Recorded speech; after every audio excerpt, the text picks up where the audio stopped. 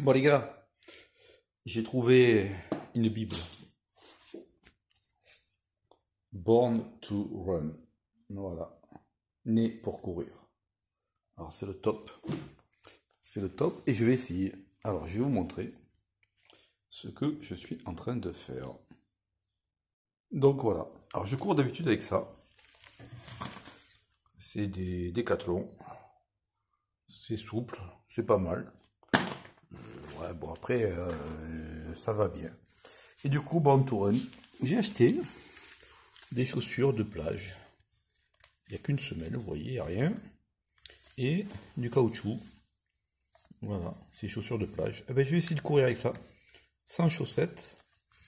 Et avec chaussettes, on verra. Et après, il conseille aussi de prendre des chaussures premier prix. Donc ça, c'est Decathlon, 40 euros. De la merde. Et on va essayer. On va voir ce que ça vaut. On va faire 5 km avec ça. Et 5 km avec ça. Bon, j'ai fait mes 5 kilomètres avec ça. Eh ben, c'est pas mal, c'est pas mal. Je me suis calé naturellement à 6 minutes au kilomètre, en zone 2, limite zone 3, naturellement. Il faut que je regarde ma cadence de pas, qui normalement devrait être élevée, en théorie, d'après ce qu'ils disent dans le bouquin, pour éviter les chocs. Alors là, bon, c'est un peu extrémiste. Maintenant, je vais essayer celle-là. Les premiers prix à 40 euros Décathlon, aucune technologie, un peu de mou ils disent dans l'amorti, bah, à la rigueur c'est ce qu'on veut pas.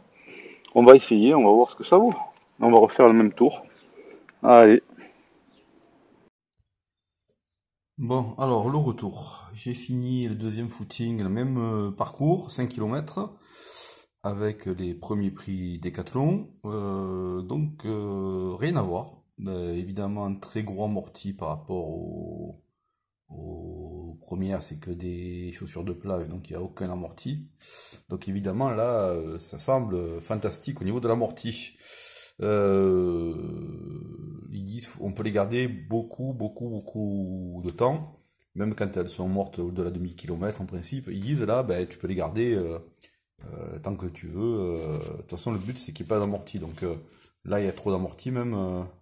Mais ce qu'il y a de bien, c'est qu'il n'y a aucune technologie, soutien de voûte plantaire, tout ce qui est pronation, barre, je sais pas quoi, là. Bon, il n'y a rien. Donc c'est le premier prix, c'est ce que je voulais.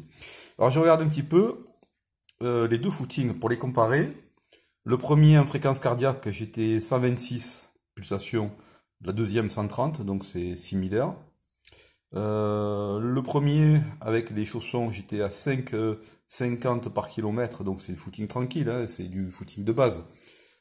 J'ai fait les 5 km en 29, donc on va dire 30 minutes. Hein.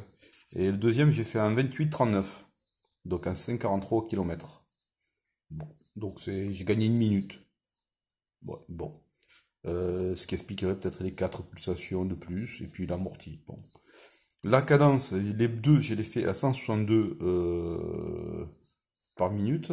Par minute. Par contre, BPM, ce qu'ils appellent, je trouve ça très bas. Je m'attendais à être autour de 180. Je pensais c'est ce qui est idéal, soi-disant dans les foulées. Donc il faudrait augmenter la cadence. Et je sais que j'ai tendance à être une cadence très lente.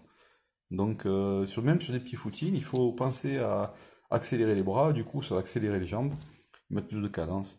Longueur de foulée 1,05 m pour les chaussons de plage et 1,08 m pour les chaussures. Donc c'est bien. Alors évidemment, on a soit la version extrémiste chausson, soit la chaussure premier prix. Le premier c'est 15 euros, le deuxième c'est 40 euros. Bon, c'est bien. Alors dans les deux cas, ne pas faire trop de distance. Surtout pas de fractionner. Pas de distance en tout cas dans un premier temps. Faut que le pied travaille et après à travailler. Donc c'est le but. Et surtout pas de fractionner et faut pas s'emballer, c'est pas fait pour. Rester en zone 2, 2, 3, à la limite, c'est ce qui est de bien, c'est ce que j'étais dans les deux cas. Voilà. Donc c'est très très bon pour l'endurance de base, tranquille, petit footing. Voilà, j'ai dit bornes, j'ai fait avec les deux, mais voilà, 5 et 5. Mais voilà, c'est très très bien pour ça. Et voilà. Bisous, voilà pour le retour. Ciao.